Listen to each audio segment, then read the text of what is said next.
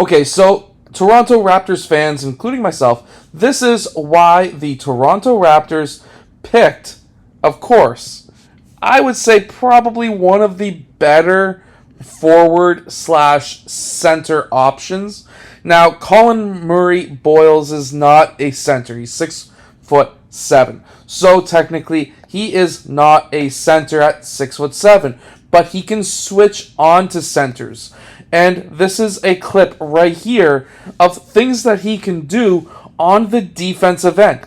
He is able to front face players, especially in this screen and roll situation, and he's able to get tips, as we've seen right there. He's also able to pressure the ball, and we see that right here in this clip, where he's able to pressure the ball, gets, of course, help with the double team, but he's able to tip it, and then he's smart enough to be able to tip that ball before it goes out of bounds to his teammate, who is then able to go all the way in the other direction.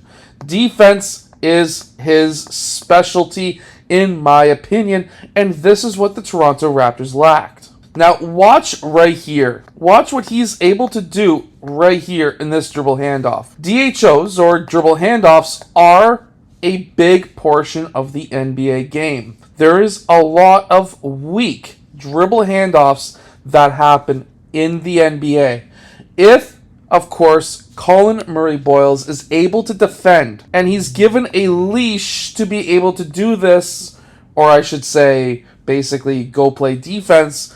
We don't really see that much in the NBA right now, but at 6'7", he is going to be able to defend most players on the perimeter, and if, as we have seen, he is able to guard players also in that low post, able to switch off of screens, and he's able to disrupt dribble handoffs, this could be a very interesting pick. This is something that we don't normally see at the NBA level. If he can bring this to the NBA level where they show and then recover back to their man, this is something that doesn't happen in the NBA. NBA's screen and roll defense is super weak.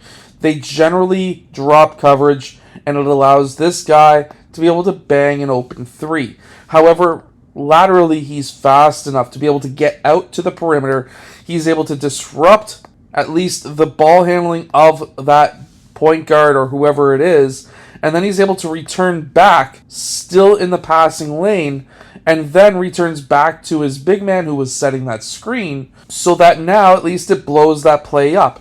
And even though he is not a center, you can Google him. He's listed at 6'7", at least on Google, and he's still able to front face and be aggressive and strong with the other team's center. And that front face that we were able to see right here, that offensive player was unable to completely seal him right here. He's very physical. This may not work against players like Jokic. He might get called for the foul on something like this.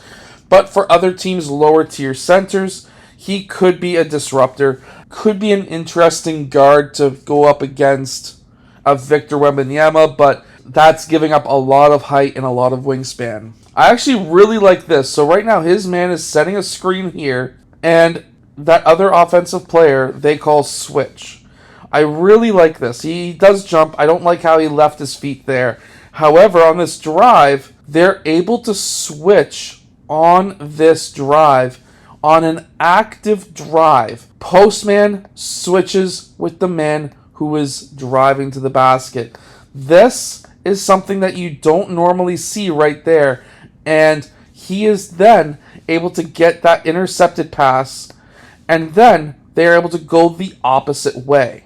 So right here, he gets the swing pass, and after this swing pass, he looks to attack right away. However, as a rookie, he is not going to be in a position to be able to score. Namely because, of course, he is not going to be as strong as some of the veteran centers or big men in the league. However, what he's able to do is he's able to pass. He is able to see the situations that he is in. Here he is getting a double team. There is 3 players essentially zoning up on this double team. And then he is able to make the correct decision on making that skip pass out to the corner, which then resulted in a 3-point shot as we can see right here. And of course, if you're wondering why I'm pausing this video, it's because I do not want any copyright strikes, because they're looking out for people like us making these videos, and even though it is legal, they try to copyright strike us. The NCAA is an organization that tries to keep all of their videos to themselves. However, this look right here is very interesting. So he's bringing out a taller defender outside of the key, which then opens up the key. Obviously, there's a little bit of a screen to the back of this man who is not too sure where he's trying to defend. His man is here. This guy's defender is here. Back screen is kind of smart. Back cut is very smart. Colin Murray-Boyles is able to see this backdoor cut, and he's able to make the correct read. Oh man, that was a nice play, but at the same time, that was a fantastic baseline cut and read. I also really like this right here, where he actually calls out for the backdoor cut. We can see the hand right there. This guy's in total deny.